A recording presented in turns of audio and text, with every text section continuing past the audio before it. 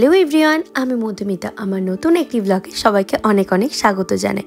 Edinburgh থেকে লন্ডনে আসার এটি দ্বিতীয় পার্ট।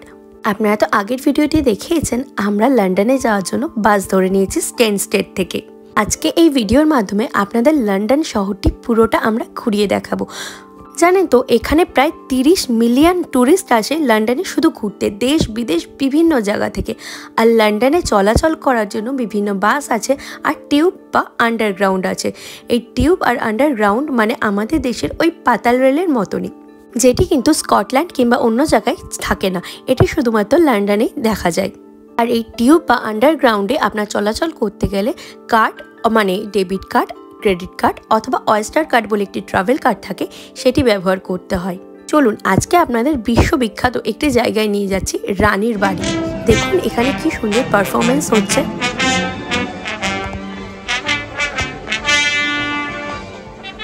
পৃথিবীর বিভিন্ন প্রান্ত থেকে মানুষ এই রানীর বাড়ি দেখতে আসে।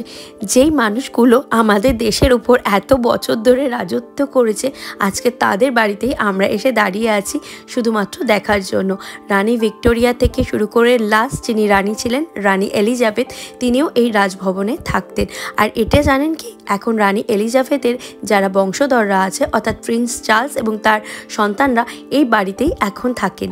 প্রায় 39 একর জায়গা জুড়ে এই মহলটি তৈরি, আর 700-রও বেশি ঘর জুড়ে এই মহলে আছে। আজ উইকডেজ, তাও চারিদিকে এত মানুষের সমাগম, খুবই ভালো লাগছিল। আর জানেন, একদম প্যালেসের সামনে আছে রানী ভিক্টোরিয়াকে স্মরণ করে একটি স্তম্ভ, যেটি প্রায় 25 মিটার উঁচু লম্বা এবং 2300 টন মার্বেল দিয়ে সেটি তৈরি হয়েছে, যেটিকে বলা হয় ভিক্টোরিয়া মেমোরিয়াল।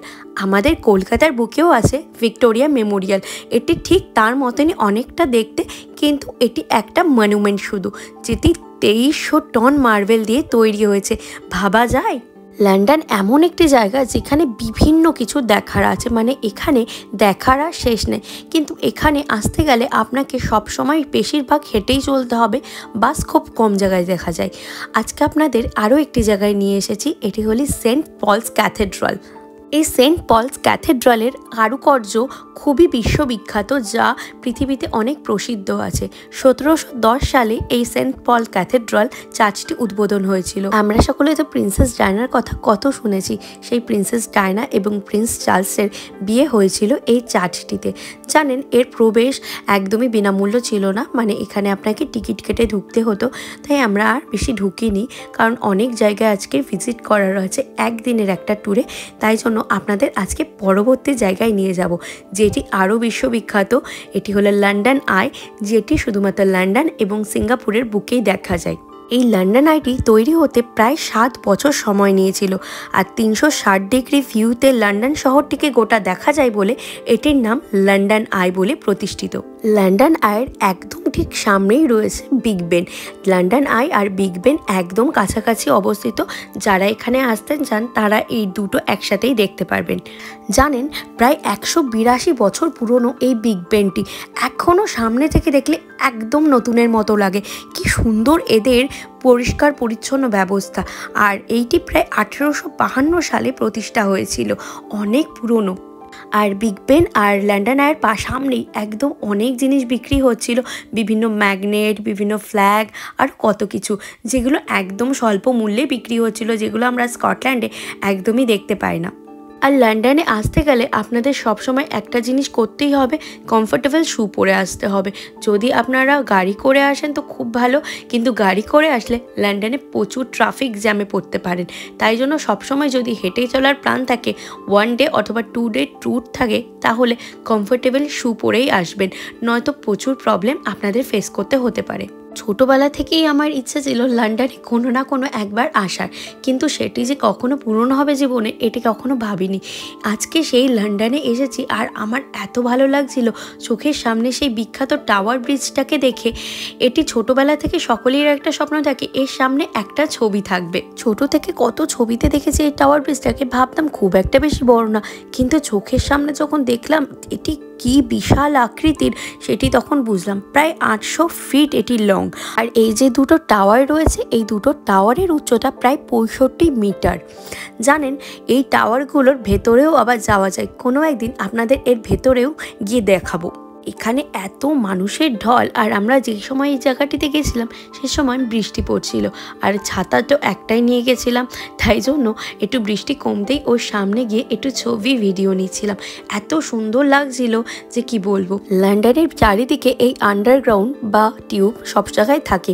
এখন আমরা যাচ্ছি একটু খাওয়া দাওয়া করতে, এবং তার জন্য এই আন্ডারগ্রাউন্ডে করে যাব।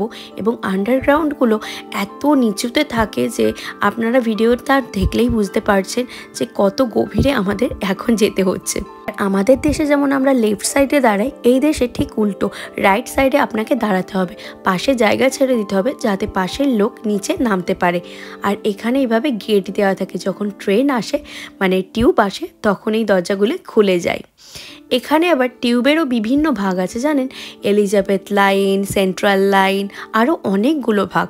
আমরা তো আপাতত এই দুটো ট্রেনেই চলাচল করছি। আজকে এই লাইনটাতে যাব, এটি হলো এলিজাবেথ লাইন। রানী এলিজাবেথের নামে এই লাইনটি উদ্বোধন হয়েছিল। দেখুন ট্রেন এসেছে, আর কি সুন্দর দরজাটা খুলে গেল। কি সুন্দর নিয়ম এখানকার, যে এত ভালো লাগে কি বলবো। দুপুরে খাওয়া দাওয়া হয়ে গেছে ম্যাকডিতে। এবার আমরা চলে এসেছি আবার সেই স্টেশনে, মানে লিভারপুল স্ট্রিট স্টেশনে। এখান থেকে বেরিয়ে আমরা যাব বাস ধরতে। যেহেতু আমরা দুবারের টিকিট একবারে কেটে এসেছিলাম, মানে স্টেনস্টেটে যাওয়ার, তাই জন্য আমাদের বাসটি বলেছিল বিভিন্ন সময় আসবে, এবং আমরা লিভারপুল স্ট্রিট থেকে আবার সেই একই বাসে উঠেছি। অনেকেই আমাকে বলতেন যে স্কটল্যান্ডটি কত ঠান্ডা শান্তশিষ্ট একটি জায়গা, খুব কম মানুষ দেখা যায়, কিন্তু লন্ডন কিন্তু ঠিক তার উল্টো। এখানে আপনি অলিতে গলিতে অনেক মানুষের সমাগম দেখতে পাবেন।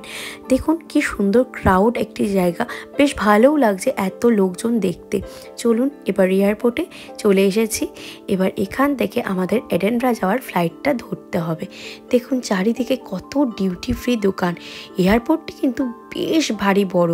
স্টেনস্টেড আমি তো ভেবেছিলাম একটি ছোট এয়ারপোর্ট হবে, কিন্তু কাছে গিয়ে দেখি এত বড় একটি এয়ারপোর্ট যে কি বলবো। আর এখানে জানেন এক গেটের থেকে আরেক গেটে যাওয়ার জন্য ট্রেনও আছে। এই দেখুন এনারা ট্রেনে করে এদের গেটে পৌঁছাবে, কারণ এতটা বড় এই এয়ারপোর্টটা নাকি তাদের ট্রেনে করে যেতে হবে। আমরা তো দেশে দেখেছি বাসে করে আমাদেরকে ফ্লাইটের কাছে নিয়ে যাওয়া হয়, কিন্তু এখানে আবার ট্রেনে করেও নিয়ে যাওয়ার নিয়ম আছে, কারণ অনেকটি বড় জায়গা, মানুষ হেঁটে অত পারবে না তাই। আর জানেন এই দেশে ট্রেনের ভাড়া বেশি হয় কিন্তু প্লেনের ভাড়া অনেক কম, তাই জন্য আমরা ফ্লাইটেই বেশি ট্রাভেল করি।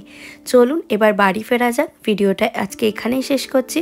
সবাই ভালো থাকবেন, সুস্থ থাকবেন, সাবধানে থাকবেন।